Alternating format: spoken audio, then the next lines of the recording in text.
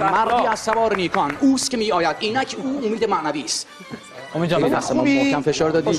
توقع نداشتم. بفهم بشین. بفرمایید. خواهش می‌کنم. خودت دیگه میزبانی کلا. شما که میدونستید ما امروز میایم چرا صندلی کم آوردین؟ نداریم همین ستاست. واقعا از اینکه در فقر و بدبختی زندگی میکنید براتون متاسفم. استودیو روش فکر شده. بفرمایید. خب حسن روانی عزیز یکی از هنرمندان خوب تقلید صدا امروز مهمان برنامه بوی عیدی هستش. من به خودم میبالم چون بزرگ مردیه در عرصه هنر و همه دوستش نه چرت و پرت نمیگم به خدا دیگه حالشون به هم میخوره. بیایم من و تو به هم نون قرض بدیم. من میگم حسین اکبری یک مجری جوان. آقا واقعیته حسن ریوندی یکی از نه دیگه کشتی بگیریم. اکشن دوست دارن. بیا بیرون از این فضا. حسن ریوندی یکی از سیاوش قاسمی تو هواپیما بودیم. چی شد؟ چه اتفاقی افتاد؟ میرفتیم کیش برنامه اجرا کنیم. خب سیاوش زد به من گفت حسن راست میگن از این بالا آدمو اندازه مورچه دیده میشن. گفتم مرد صبح هواپیما من نپریده، اونا لوله مورچه هاست خراب شدن اومدن بیرون. تو مسیر میرفتیم به سمت کیش. خب بالاخره وقتی هواپیما به صورت فلت پرواز میکنه بالا و دیگه شما میتونی از لپتاپ، تبلت، گوشی تلفن استفاده کنی. بعضیا MP3 استفاده میکردن، بعضی از گوشی تلفن، بعضی از تبلت، لپتاپ. سیاوش دید هیچی با خودش نداره، کم آورد. یه گوشی 11-0 داره مال عهد تیرکمانشاهه. آره دیدم که هی داره با خودش کلنجار میره. گفتم سیاوش چیکار میکنی؟ نگو. دور از دیدگان من یه دستمال کاغذی رو برداشته بود، نوکشو کرده بود تو جیبش، باقیشو آویزون کرد. چرا؟ گفتم سیاوش اون چیه آویزون عجیبه؟ که برای من فکس اومد. کلاس بذاره تو هواپیما واسه ما. ببین حسین واقعا ببین اینقدر پسر باحال زایه‌ای. تو مسیر داشتیم میرفتیم، این مثل که شب قبلش بد خوابیده بود، سرش میرفت تو شیشه. یه مهماندار مهربان و مؤدب اومد گفت آقای محترم اگه خوابتون میاد براتون بالش بیارم. گفت بالش نمیخوام، برام قصه بده. اینقدر آدم میتونه بی جنبه باشه.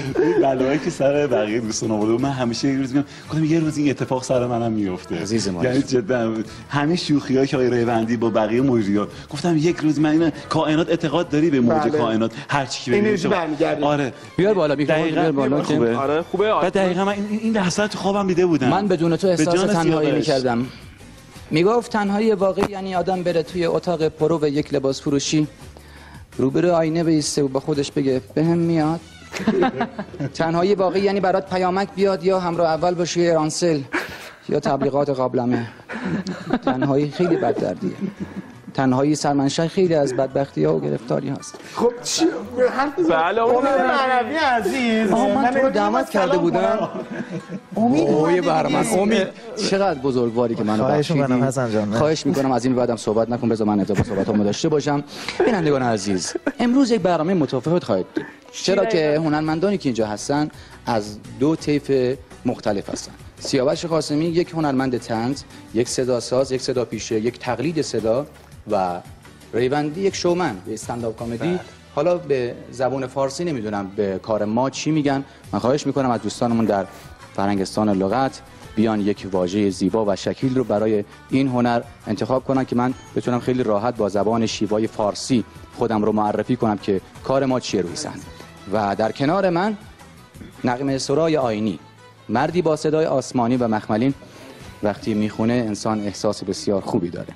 امید معنوی عزیز، وقتی اولین بار کارش رو از تلویزیون شنیدم باز این چه شورش هست بود. فکر کنم خوندین شما در سن 12 سالگی فکر کنم یک نوجوان با تراوت مثل بچه‌ای که اینجا حضور دارن. البته خب شماها یه خورده تراوتمون کمتره. آره یه خورده بیشتر رفتین به سن. پیر شدین میگن. نه پیر نشدین، تو رشدین.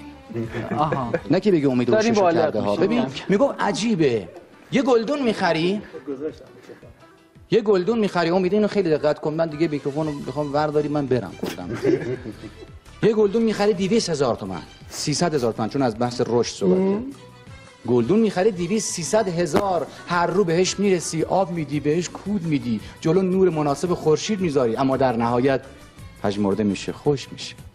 اون وقت پیازها گوشه انباری تو تاریکی و رطوبت تبدیل به درخچه میشن. این چه قانونی من نمیدونم، اما امید معنوی تو فضای مناسب رشد خوبی کرده و همچنان رو به رشد هست. امید جان شما و بیننده ها به جون خودم اگه زیاد حرف بزنی من میکروفون ازت میگیرم. بسم الله الرحمن الرحیم. تو همچو باد بهاری گره گشا می باش. بعد از سلام و ادب و احترام برای این با این مساج شروع کردم دوستان که واقعا استاد حسن ریوندی یا استاد حسن ریوندی هر دوتاش درسته. من پرسیدم اینشون هم گفتن که درست. تو همچون باد بهاری گره گشا می باش. من واقعا توی اجرای صحنه‌ای این هنرمند واقعا کم نظیر دیدم که این گره اخم و ابو